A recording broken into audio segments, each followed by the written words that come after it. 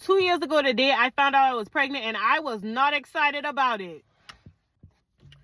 So ultimately, 2 years ago, I found out that I was pregnant with my now almost 17-month-old baby. And I wasn't excited about it because my situation wasn't favorable. I was unemployed. I was 2 months unemployed at this point. I had just found out that I did not get selected as the candidate for 2 roles that I was in several rounds of interviews with. I mean, top companies, very favorable salary, amazing opportunity. Professionally, it was going to propel me in the right direction, and I didn't get either one of them. And I'm pregnant, and I ain't got no job. Why should I be excited? Why should I be excited about that? I don't got no job. And here's why I wasn't excited. Because I felt like the most irresponsible person on the planet. Because quite naturally, of course, as I'm taking the test, we turn on the gospel music and we like, God, this cannot be what I need it to be right now. This cannot be what I think it is right now. Let's say that. Yeah, it is that. Because you ain't did nothing to prevent it from happening, and you know how a baby get here. So yeah, it is that. And so I just felt very irresponsible. It is so off trend for like who I am, how I show up in the world. I'm very type A. I always got a plan for everything. This was not in the plan. Now, I feel like this was God's way of teaching me that everything is not going to go as planned. And it was also God's way of showing me that even when things don't go as planned, they will all work out for your good. Now, I later found a job that actually was willing to give me paid maternity leave for 6 weeks, and I wasn't even there for a year to qualify for maternity leave. And because of me and another young lady, we were able to get a policy established that even if a woman starts this job, she can now get at least 6 weeks paid maternity leave. That was a blessing in itself. I didn't have to like take additional time off to go to doctor's appointments or to care for whatever I needed to care for in relation to that baby, and that was the blessing in disguise. I struggled with like showing up excited in the world because even some of my closest friends didn't know that I had lost my job. And, I lost my job during COVID. I lost my job after COVID. And so at that point, I didn't really want to have the conversation about job loss again, not realizing that like my life was about to take a left turn down a road I had no idea. So a lot of people close to me had no idea that I didn't have a job. So imagine their level of excitement. Oh my gosh, you're about to have a baby. This is so exciting. You're married. Y'all got your house.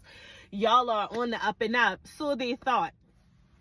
I'll be honest and say, I think by the time I actually announced publicly that I was pregnant, that was 4th of July weekend. Or actually 4th of July, I believe.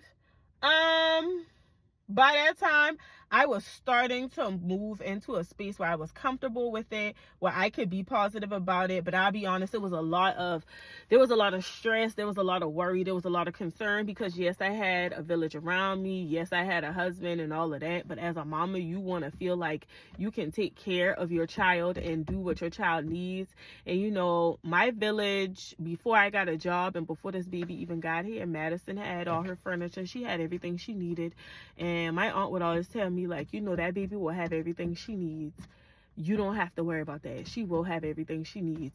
And, that's reassuring. But, like, when it's you in that situation, you don't want to hear that.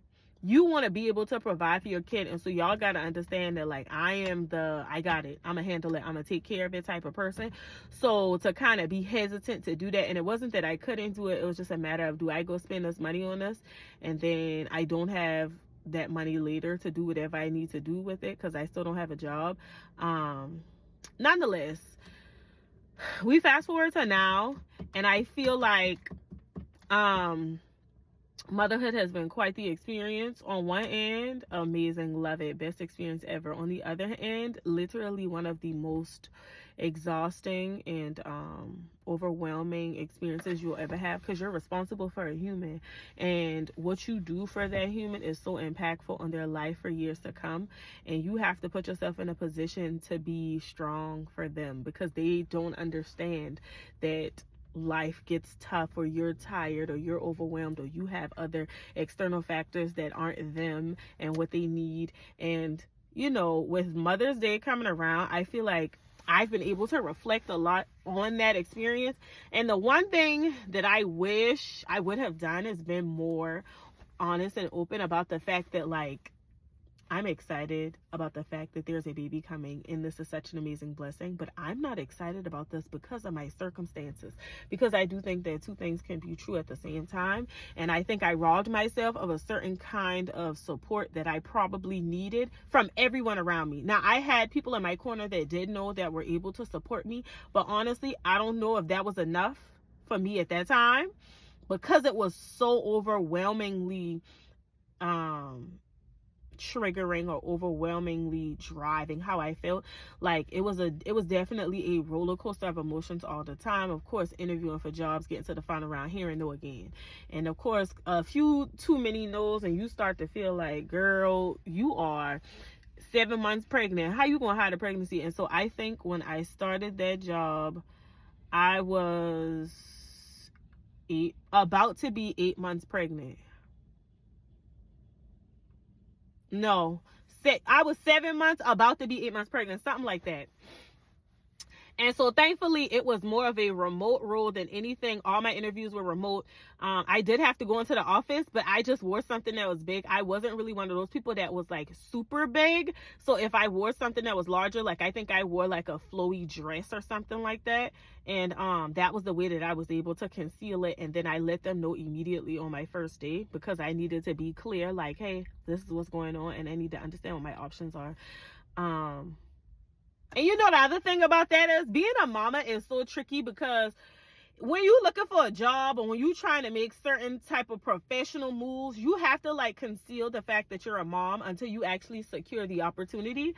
Because if you tell them you a mama too soon, you know what, sometimes that's going to negatively impact the selection of you as the viable candidate, because they feel like you have too many responsibilities that are external, that would cloud your judgment or negatively impact your ability to be focused on that particular role or that particular opportunity. And I just wish that this wasn't that kind of society. And I wish it was a space where professional women had a space to be a mama in front of people.